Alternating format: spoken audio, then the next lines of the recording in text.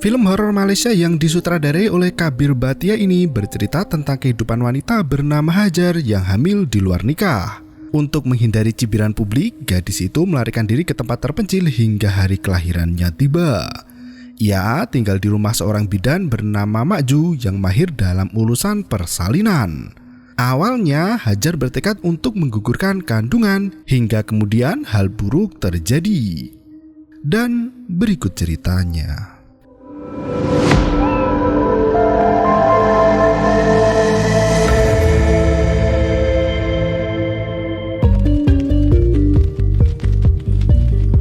Dimulai dengan petikan surat Al-A'raf ayat ke-17 yang menjelaskan bahwa iblis akan datang menggoda manusia dari depan, belakang, kanan, dan kiri mereka, kecuali dari atas karena iblis tak sanggup menghalangi manusia dari rahmat Allah. Iblis menyesatkan manusia dari amal soleh dan mengerahkan segala upaya untuk merusak keimanan manusia. Dalam ayat tersebut, Allah Azza wa Jalla memberikan peringatan pada manusia agar selalu waspada terhadap tipu daya iblis. Pada tahun 1990, seorang wanita yang tengah hamil besar terjatuh dari tangga karena dicelakai keluarganya sendiri. Wanita itu memuntahkan darah hingga hidupnya merana. Bayi dalam kandungannya telah mati dan dikubur di pekarangan rumah. Saat bayi itu ditanam, si wanita menggila dan mengeluarkan bayinya dari dalam tanah. Ia membawa jasad anaknya ke dukun tersohor agar bisa dibangkitkan kembali.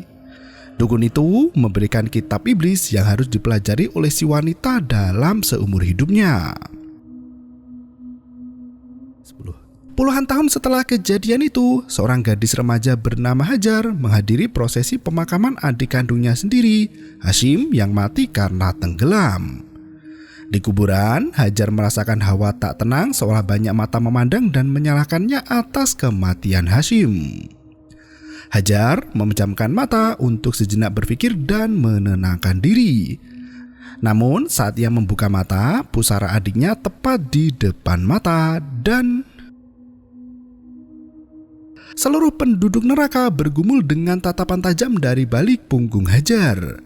Seketika itu, darah kental mengucur dari batu nisan Hashim hingga membasahi tanah tempat tangan Hajar berpijak.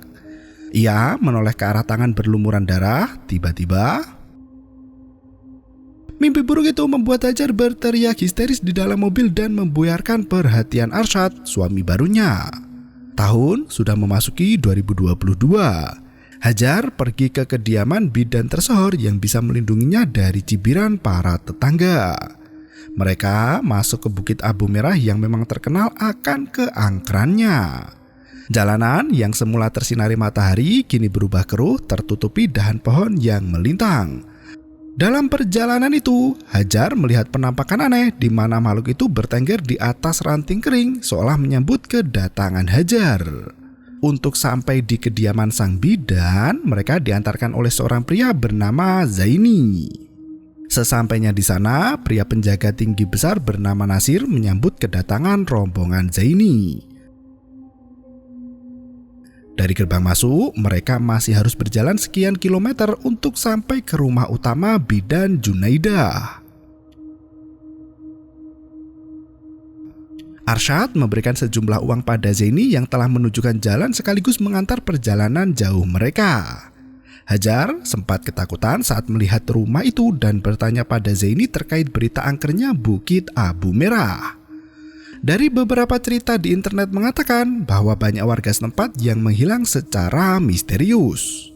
Sebelum masuk rumah, Hajar berkeliling sambil sesekali memotret kondisi rumah itu. Di balik pepohonan, Hajar melihat seekor anjing hitam legam yang terus memperhatikan dirinya. Ia kembali melanjutkan berkeliling hingga terhenti di depan pohon besar. Saat ponselnya diarahkan ke pohon itu untuk merekam, tiba-tiba Hajar kembali mengarahkan kamera ponselnya hingga terperanjat mendengar sahutan wanita dari dalam rumah. Junaidah, biasa dipanggil Makju, adalah bidan ahli persalinan yang biasa membantu gadis-gadis yang hamil di luar pernikahan yang sah. Arsyad langsung mengeluhkan bau busuk yang tercium dari dalam rumah Makju. Hajar masih mencoba mengenali tempat yang baru ia kunjungi pertama kali. Lantunan lagu sayu-sayu terdengar dari dekat meja makan. Makju muncul menghampiri Hajar bersama dengan kucing putih yang menyampar piringan hitam. Setelah berkenalan, Makju menawarkan agar Hajar bersiap sholat maghrib karena hari sudah petang. Namun ternyata Hajar menolak ajakan ibadah mentah-mentah. Malam harinya, Makju berbincang dengan pasiennya sembari makan malam bersama. Ia mempertanyakan mengapa Arsyad dan Hajar mau menggugurkan bayi itu. Arsyad menceritakan background keluarga Hajar. Istrinya itu adalah anak pertama dari 2 bersaudara. Setelah Hashim meninggal, ayah Hajar menghilang entah kemana. Ibu kandung Hajar adalah seorang psikolog yang hebat dan tinggal berdua bersama Hajar. Makju kembali bertanya jenis kelamin bayi di kandungan Hajar. Arsyad kembali menjawab pertanyaan Makju jika dokter belum bisa melihat jenis kelaminnya. Makju segera menyiapkan peralatan untuk mencari tahu jenis kelamin bayi menggunakan cara tradisional. Dengan selendang hijau, pinggang Hajar digosok sembari menendang batok kelapa 3 butir. Makju menuturkan jika mata kelapa menghadap ke atas, maka janin berjenis kelamin laki-laki. Makju memijat perut Hajar hingga si jabang bayi menendang perut ibunya. Ia mulai curiga jika Hajar tidak benar-benar serius merawat kandungannya sendiri. Ternyata benar, selama mengandung Hajar gemar merokok, makan makanan asam, dan minum minuman keras. Ia berharap bayi dalam kandungannya itu bisa gugur dengan sendirinya. Namun, perut Hajar semakin membesar dan dokter memvonis bayinya akan lahir cacat dengan bibir sumbing. Makju memberikan segelas ramuan berwarna merah untuk menenangkan hati Hajar yang bersedih. Hajar mengaku tak pandai merawat anak kecil hingga adiknya pun mati karena dirinya. Ibu Hajar sangat membenci Hajar, terlebih lagi karena putrinya hamil di luar pernikahan yang sah. Makju berkata dirinya sudah lama menginginkan anak, namun belum diberi kesempatan oleh Tuhan. Ia meminta anak Hajar agar bisa dirawat oleh Makju sebagai anaknya sendiri. Selama menunggu proses persalinan tiba, Hajar akan tinggal dan dirawat dengan baik oleh Makju. Sesosok jin melesat terbang memasuki rumah di kala tengah malam menjelang. Malam itu, Arsyad menelpon seseorang di dalam mobil untuk menghindar dari Hajar. Arsyad merasa tak betah jika harus tinggal di tengah hutan. Ia merengek ingin segera kembali ke rumahnya di Kuala Lumpur karena Hajar sudah ada yang menjaga. Tiba-tiba, Nasir menghampiri Arsyad dan menyuruhnya masuk ke dalam menemani Hajar yang tengah hamil tua. Iblis itu kembali terbang menuju ke kamar Hajar yang ketiduran di atas kursi. Ia masih penasaran dengan rumah di Bukit Merah yang memang terkenal angker itu. Dari salah satu blog dikatakan pernah ada penampakan di pohon beringin depan rumah, sama seperti yang dilihat Hajar siang tadi.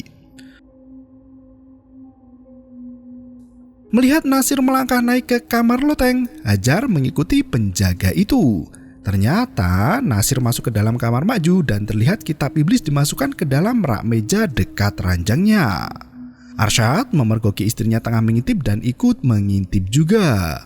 Tiba-tiba, di malam yang semakin larut, angin kencang menerpa kamar Hajar hingga tirai terbang membentuk tubuh iblis yang tinggi besar.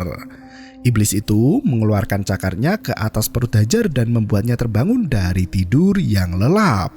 Karena tak bisa tidur lagi, Hajar bercermin sembari mengelus lembut jabang bayi dalam perutnya. Di dalam kamar itu terbuka pintu kecil yang entah menuju ke mana. Hajar mengintip ke dalam pintu itu hingga tangannya terkena darah hitam pekat. Sosok anak kecil merangkak keluar dari lorong gelap menghampiri Hajar. Wanita itu langsung menutup kembali pintunya dan rebahan di atas ranjang. Ia menggenggam tangan Arsyad yang berubah menjadi tangan iblis. Tiba-tiba, teriakan Hajar membuat Arsyad sangat kesal, terlebih lagi Hajar mencengkram tangan Arsyad dengan sangat kencang sampai ia sendiri kesakitan. Pagi harinya, Hajar menemui Maju di dapur untuk membuatkan sarapan pada Arsyad. Kala itu, Maju tengah sibuk membuat ramuan untuk mempercantik diri. Melihat wajah Hajar yang bersedih, Maju meminta untuk bercerita. Adegan kembali ke masa remaja di mana Hajar berusia 12 tahun dan Hashim berusia 6 tahun. Kala itu, mereka ikut ibunya bekerja di rumah sakit jiwa. Si Hashim berlari kencang entah kemana dan langsung dikejar oleh Hajar. Di persimpangan jalan, Hajar seperti kehilangan kesadaran dan melihat berbagai macam penampakan. Saat ia tersadar, ia melihat sendal adiknya di bawah tangga tandon air. Ternyata Hashim sudah mati tenggelam di dalam tandon itu dan membuat Hajar dihantui rasa bersalah. Setelah sarapan, Arsyad meminta izin pada Hajar untuk kembali ke Kuala Lumpur karena sudah ada Maju yang merawat Hajar. Maju menasihati Arsyad untuk lebih memahami istrinya dan tetap bertahan menemani Hajar. Arsyad justru membantah nasihat Maju dan keluar untuk merokok. Di tempat lain, Nasir tengah membuat pisau dari besi yang diasah. Arsyad berbincang dengan pria itu mengeluhkan istrinya yang sangat rewel. Nasir sangat tak suka dengan sikap Arsyad yang mirip seperti pecundang dan seenaknya. Arsyad memperhatikan luka di kepala Nasir sembari bertanya mengapa Maju mau menikah dengan Nasir. Hal itu membuat Nasir marah besar dan mendorong tubuh Arsyad hingga menabrak tembok. Siangnya, setelah minum ramuan dari Maju, Hajar melihat bidan cantik itu menyiram air kembang ke pohon beringin depan rumah. Saat tidur siang, banyak tangan iblis yang menggerayangi tubuh Hajar. Iblis itu membawa Hajar ke alam baka. Seketika, Hajar tenggelam ke dalam air dan melihat Hashim terapung di permukaan. Ia segera berenang ke atas untuk menyelamatkan Hashim, namun sosok adiknya itu justru menghilang. Hajar terbangun dalam posisi terjatuh dari ketinggian. Ia pun muntah-muntah setelah bermimpi buruk dan berjalan keluar kamar untuk mencari udara segar. Hajar mendengar suara Arsyad yang sedang menelpon ibunya Hajar. Arsyad memeras keluarga Hajar dan meminta uang 100 juta untuk tetap pura-pura cinta pada istrinya. Mendengar hal itu membuat Hajar sangat marah dan mengusir Arsyad dari rumah Maju. Karena kepergok berbincang dengan ibu di telepon, Arsyad tak bisa mengelak lagi. Ia mengakui jika selama ini tak pernah mencintai Hajar. Seketika itu, Hajar berteriak kencang membentak Arsyad hingga lengkingan suara iblis keluar dari mulut mengejutkan Maju dan Nasir. Arsyad bergegas pergi meninggalkan Hajar menggunakan mobilnya.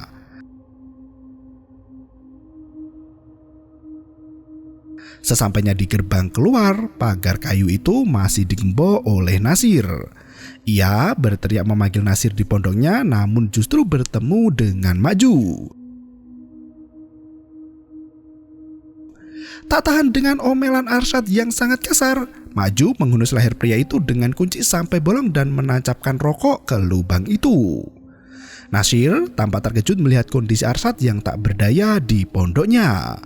Maju memerintahkan Nasir untuk membuang mobil Arsyad, sementara dirinya akan mengurus jasad pria jalang itu. Di dalam kamar, Hajar menangis melihat mobil Arsyad melintas pergi jauh sekali.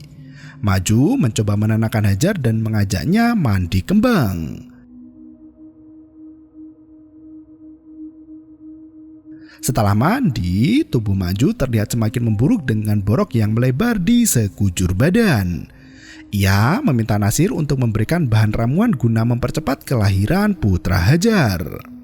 Malam harinya, Hajar bertengkar hebat dengan ibunya karena tega menyuap Arsyad agar mau menikah dengannya. Citam, kucing putih milik Maju, menabrak ponsel Hajar sampai terjatuh dan retak. Hajar mengeluarkan kucing nakal itu dan memeriksa ponselnya. Tak berselang lama, Hajar mendengar ada sesuatu di luar rumah dan pergi keluar untuk memeriksa. Di bawah pohon beringin, ia menemukan gentong besar yang berisi potongan tubuh manusia dan tubuh kucing Citam tak bernyawa. Anjing hitam Nasir muncul memakan potongan tangan yang mirip seperti tangan Arsyad. Seketika itu, Hajar muntah-muntah hingga terjatuh dan pingsan. Tangan iblis yang menghuni pohon beringin itu sudah tak sabar untuk menyantap si jabang bayi. Maju menghalangi sembari memperingatkan jika waktu belumlah tiba. Ia marah dengan iblis itu yang memakan kucing Citam padahal baru siang tadi diberi makan tubuh manusia. Sementara tubuh Hajar yang pingsan dibawa pergi oleh Nasir di mana dirinya bermimpi masuk ke dalam air dan tenggelam. Hajar terbangun di hari yang sudah pagi. Merasa ketakutan hingga pusing 7 keliling, Hajar berserah diri pada Allah dan bergegas melaksanakan sholat 2 rakaat. Ia berdoa pada Allah Subhanahu wa Ta'ala agar dipermudah segala urusan untuk melahirkan si jabang bayi dan memohon perlindungan. Setelah sholat, Hajar merasakan ada yang bergejolak dari dalam perutnya. Ternyata bayi iblis keluar dari dalam mulut dan lahir ke dunia dalam wujud tak kasat mata. Hajar mulai menyadari ada yang salah pada Maju dan pohon itu. Ia meminta penjelasan pada Maju tentang apa yang sebenarnya terjadi. Maju menceritakan masa lalunya ketika diusir dari rumah karena hamil di luar nikah. Hingga suatu hari, kebakaran besar melanda. Maju mengunci pintu dari luar hingga semua keluarganya mati tak bersisa. Sementara Nasir berhasil diselamatkan meski separuh kepalanya gosong terlalap api. Setelah bercerita, wanita itu meninggalkan Hajar sendirian di rumah karena hendak berbelanja peralatan bersalin di kota bersama Nasir. Ia memperbolehkan Hajar pergi dari rumahnya, namun diam-diam mengunci pintu kamar Hajar dari luar agar ibu hamil itu tak bisa kabur. Sebelum pergi, Zaini menelpon Nasir karena ibu Hajar terus meneror dirinya. Maju meminta Zaini untuk datang ke rumah nanti malam. Setelah Maju pergi, Hajar berpikir sembari mengingat semua kejadian yang terjadi di dalam rumah itu. Ia menemukan gaun merah yang robek setelah bermimpi buruk. Hajar juga memeriksa rekaman di ponselnya yang menunjukkan ada iblis menyelimuti tubuh Maju. Ia tak bisa kabur lagi karena semua akses keluar terkunci rapat. Perut yang semakin membelit membuat Hajar teringat dengan satu kejadian. Ia masuk ke dalam terowongan pintu kecil dalam kamar sampai dikejar anjing hitam yang semakin lama berubah menjadi monster mengerikan. Ternyata pintu kecil itu adalah penghubung antara kamar Maju dengan kamar Hajar. Di dalam kamar Maju, Hajar menemukan kitab iblis yang berisi macam-macam cara untuk bersekutu dengan iblis. Hajar langsung membawa buku itu untuk mengkonfrontasi Maju. Sebelum pergi, ia menemukan jasad anak kandung Maju yang sudah membusuk dan hampir hancur. Ia berlari menuju ke pintu keluar, namun tiba-tiba seorang wanita tak berdaya keluar dari kolong ranjang sembari merengek minta bantuan. Hajar menjulurkan tangannya untuk membantu, namun ternyata Hajar berlari sambil menangis untuk turun ke lantai dasar. Piringan hitam lagu kesukaan Maju menyala dengan sendirinya. Hajar segera mematikan lagu itu hingga tak menyadari jika lukisan Maju bergerak dengan sendirinya. Tak berselang lama, Maju dan Nasir kembali pulang ke rumah itu. Nasir bertemu Hajar di lantai bawah dan memohon padanya untuk diselamatkan. Sementara itu, Maju mulai gelagapan melihat isi kamar Hajar yang kosong tak ada orang. Nasir memberikan kunci gerbang sembari memperingatkan Hajar untuk segera pergi jauh tanpa menengok ke belakang lagi. Setelah Hajar memberikan kitab iblis kepada Nasir, pria itu langsung membakarnya. Tiba-tiba, Maju memukul kepala Nasir dengan sekop sampai pingsan. Malam harinya, Hajar sudah sampai di gerbang depan dan berhasil membuka gembok itu. Ia melihat seorang wanita terkulai lemah hampir menyatu dengan tanah. Sosok mengerikan itu bangkit dan mulai menghantui Hajar.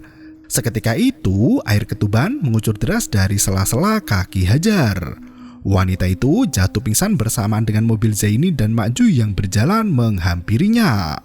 Mereka membawa Hajar yang sudah akan bersalin ke dalam ruang persalinan. Maju sempat bertanya pada Nasir mengapa pria itu berkhianat padanya, padahal Nasir sendiri yang membawa Maju kepada dukun. Dukun kenalan Nasir itulah yang memberikan kitab iblis dan mewariskannya pada Maju. Nasir mengaku cinta pada Junaidah, mantan majikannya sendiri. Ia rela melakukan apapun demi maju, namun wanita pujaannya itu bersikap buruk pada Nasir seolah memperlakukan pria itu seperti budak dan hamba sahaya. Maju bergegas pergi untuk memulai ritual pembangkitan jiwa. Setelah membacakan mantra, Maju membujuk Hajar agar mau melahirkan anaknya. Maju berkata, meski dulu ia dihamili ayahnya sendiri, ia tak pernah berniat untuk menggugurkan si jabang bayi. Setelah mengajan beberapa kali, lahirlah anak Hajar yang berbibir sumbang. Maju meletakkan bayi itu ke dalam keranjang disandingkan dengan jasad anaknya puluhan tahun lalu. Maju memanggil sosok iblis yang memiliki kuasa atas dirinya. Sementara Zaini bersiap untuk membunuh Hajar. Seketika itu muncul iblis tinggi besar dengan mencengkram kepala Arsyad.